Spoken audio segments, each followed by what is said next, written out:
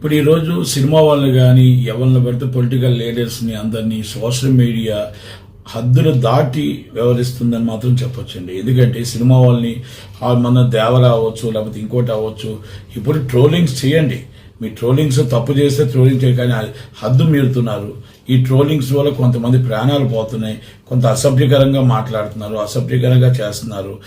దీన్ని మన ట్రోలింగ్స్ని హరికట్టకపోతే మాత్రం రేపు మొత్తం టోటల్ చాలా ఇప్పుడు కష్టం అవుతుంది.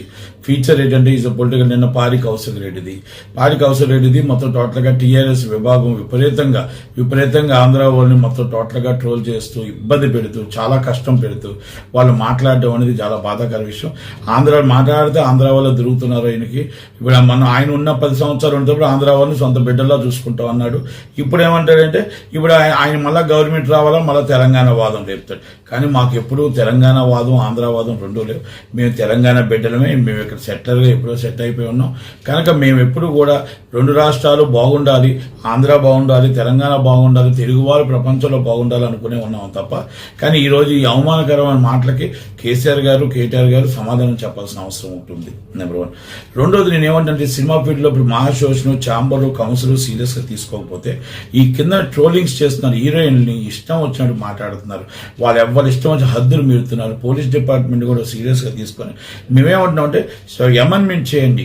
ఈ చట్టాలు పనికి రావట్లేదు, ఈ చట్టాల మీద అమెండ్మెంట్ చేయండి, పార్లమెంట్లో అమెండ్మెంట్ చేయండి. ఇక్కడ కూడా మీరు ఆడియన్స్ తీసుకొచ్చి వాళ్ళ మీద పీడీ యాక్ట్ పెట్టండి. ఇలాగ ఎవరైనా తప్పుడు సమాచారాలు తప్పుడుగా కానీ ఇలా వ్యవహరిస్తే మాత్రం సీరియస్గా తీసుకోకపోతే ఈ ట్రోల్స్ చాలా చాలా బాధాకర విషయం. కొంతమంది ఆత్మహత్య చేసుకుంటున్నారు ఈ లోన్ యాప్లని, ఈ ట్రోల్స్ అని. ఈ ట్రోలింగ్స్ మాత్రం చాలా చాలా కష్టంగా ఉంది. ఎందుకంటే మొత్తం సినిమా ఇండస్ట్రీని ఒక శనిగా పట్టుకొని కూర్చొని చంపేస్తుంది. సినిమా ప్లాపా హిట్ మీరెవరండి చెప్పగలుగుతారు? మీరెవరండి డిసైడ్ చేయగలుగుతారు?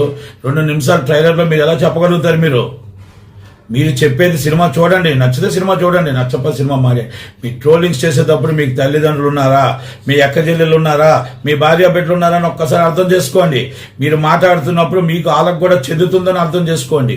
అంతే తప్ప మీరు ఇష్టం వచ్చినట్టు దొరికింది కదా, ఒక చిన్న మెసేజ్ కదా అని చెప్తే చాలా మంది హర్ట్ అవుతున్నారు.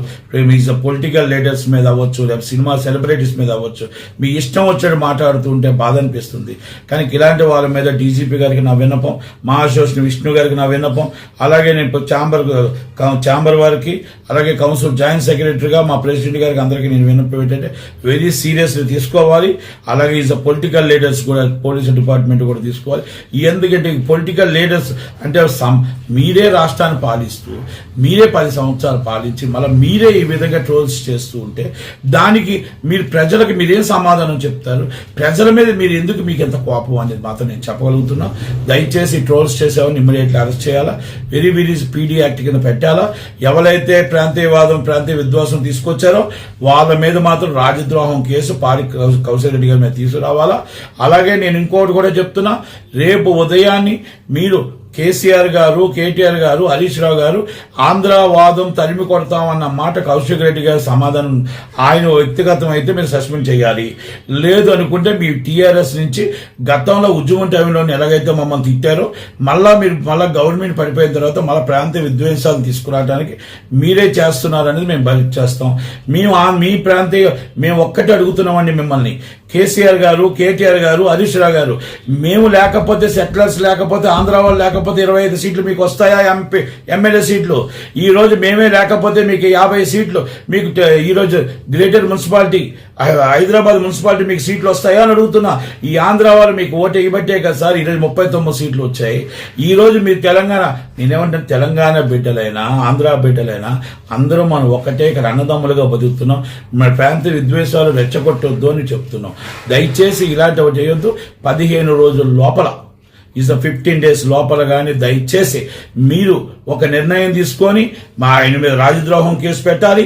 అలాగే పార్టీ కౌశల్ రెడ్డి గారి మీద మీరు ఇమ్మీడియట్లీ ఆయన పార్టీని సస్పెండ్ చేయకపోతే మీరు 10,000 మందిని పిలుపునిచ్చారు నిన్న హైదరాబాద్కి.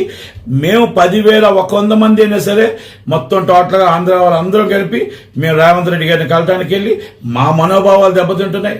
మేము రోజు అవమానపడుతున్నాం. మేము ఈరోజు పరిశ్రమలు అవ్వచ్చు, సినిమా ఇండస్ట్రీ అవ్వచ్చు, మేబీ ఏదైనా ఇక్కడ తెలంగాణ పరిశ్రమలైనా అందరూ కలిసి కలిసే ఉంటున్నాం కనుక దిల్ రాజు గారి ఆంధ్రాలో చేసుకుంటున్నా, మేము ఎక్కడ చేసుకుంటున్నా బిజినెస్లు మేము ఎప్పుడూ కలిసే ఉన్నాం.